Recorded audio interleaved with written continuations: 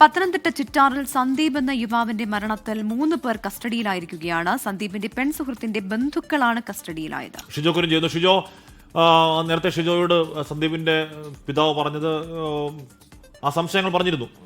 രാത്രി പോയത് ഈ പെൺസുഹൃത്തിനെ വിളിച്ചിറക്കൊണ്ട് വരാനാണ്, അതിനുശേഷം കണ്ടത് ഇങ്ങനെയാണെന്ന് പറഞ്ഞു. അപ്പോൾ ആ പരാതിയുടെയും ആ സംശയത്തിന്റെയും അടിസ്ഥാനത്തിലാണോ നടപടി, ഷിജോ?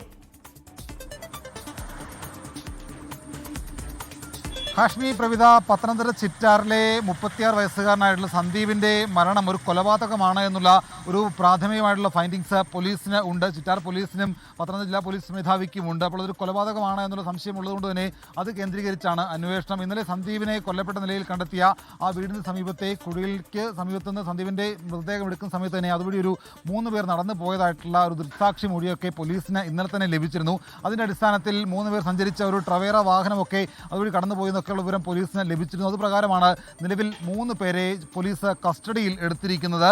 ഈ കസ്റ്റഡിയിൽ എടുത്തിരിക്കുന്ന ആളുകളെന്ന് പറയുന്നത് സന്ദീപിന് അടുപ്പമുണ്ടായിരുന്നെന്ന് പറയുന്ന പെൺസുഹൃത്തിന്റെ ബന്ധുക്കളാണ്. ഈ ബന്ധുക്കളെ 3 പേരെയും നിലവിൽ പോലീസ് കസ്റ്റഡിയിൽ എടുത്ത് വളരെ വിശദമായിട്ട് ചോദ്യം ചെയ്തു വരികയാണ്. ഇവരുടെ അറസ്റ്റ് അടക്കമുള്ള നടപടികളിലേക്ക് പോലീസ് കടന്നിട്ടില്ല. പക്ഷേ സന്ദീപിന്റെ മരണവുമായി ബന്ധപ്പെട്ടുകൊണ്ട് ഇവർക്ക് ചില ബന്ധമുണ്ട് എന്നുള്ള ചില വിവരങ്ങൾ പോലീസിന് ഇതിനോട് തന്നെ ലഭിച്ചിട്ടുണ്ട്. സന്ദീപിന്റെ പോസ്റ്റ്മോർട്ടം കഴിഞ്ഞതിന് ശേഷമായിരിക്കും അതിനകത്ത് കൂടുതൽ നടപടികളിലേക്ക് പോലീസ് പോവുക. കാരണം ഇൻക്വസ്റ്റ് പൂർത്തിയാക്കിയപ്പോൾ തന്നെ സന്ദീപിന്റെ ശരീരത്തിൽ മർദ്ദനമേറ്റതിന്റെ പാടുകളുണ്ട് എന്നുള്ള വിവരം കൂടി പോലീസ് കണ്ടെത്തിയിട്ടുണ്ട്. അതിന്റെ അടിസ്ഥാനത്തിലാണ് ഇവരെ വിശദമായിട്ട് ഇപ്പോൾ ചോദ്യം ചെയ്തു വരുന്നത്.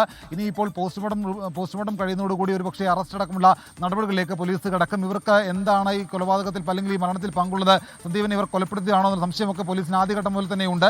നിലവിൽ 3 പേരാണ് കസ്റ്റഡിയിലുള്ളത്. സന്ദീപിന് ബന്ധമുണ്ടായിരുന്നു എന്ന് പറയപ്പെടുന്ന സ്ത്രീയുടെ അടുത്ത ബന്ധുക്കളാണ് ഇപ്പോൾ കസ്റ്റഡിയിലുള്ളത്. ഇവരെ വിശദമായിട്ട് ചോദ്യം ചെയ്തു വരികയാണ്. നിലവിൽ എന്തായാലും സന്ദീപിന്റെ മൃതദേഹം പത്തനംതിട്ട ജനറൽ ആശുപത്രിയിലാണ്. 10 മണിക്ക് ശേഷം പോസ്റ്റ്മോർട്ടം നടപടികളിലേക്ക് കടക്കും. അതിനുശേഷമായിരിക്കും പോലീസ് തുടർ നടപടികളിലേക്ക് കടക്കുക.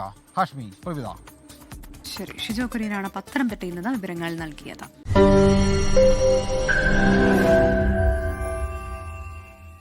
ലോകത്തെവിടെയായാലും ഏത് സമയത്തും 24 വാർത്തകളും ഓഗ്മെന്റഡ് റിയാലിറ്റി പാക്കേജുകളും എക്സ്പ്ലെയിനറുകളും വിശദമായി കാണാൻ ഞങ്ങളുടെ യൂട്യൂബ് ചാനൽ നിങ്ങൾക്ക് സബ്സ്ക്രൈബ് ചെയ്യാം.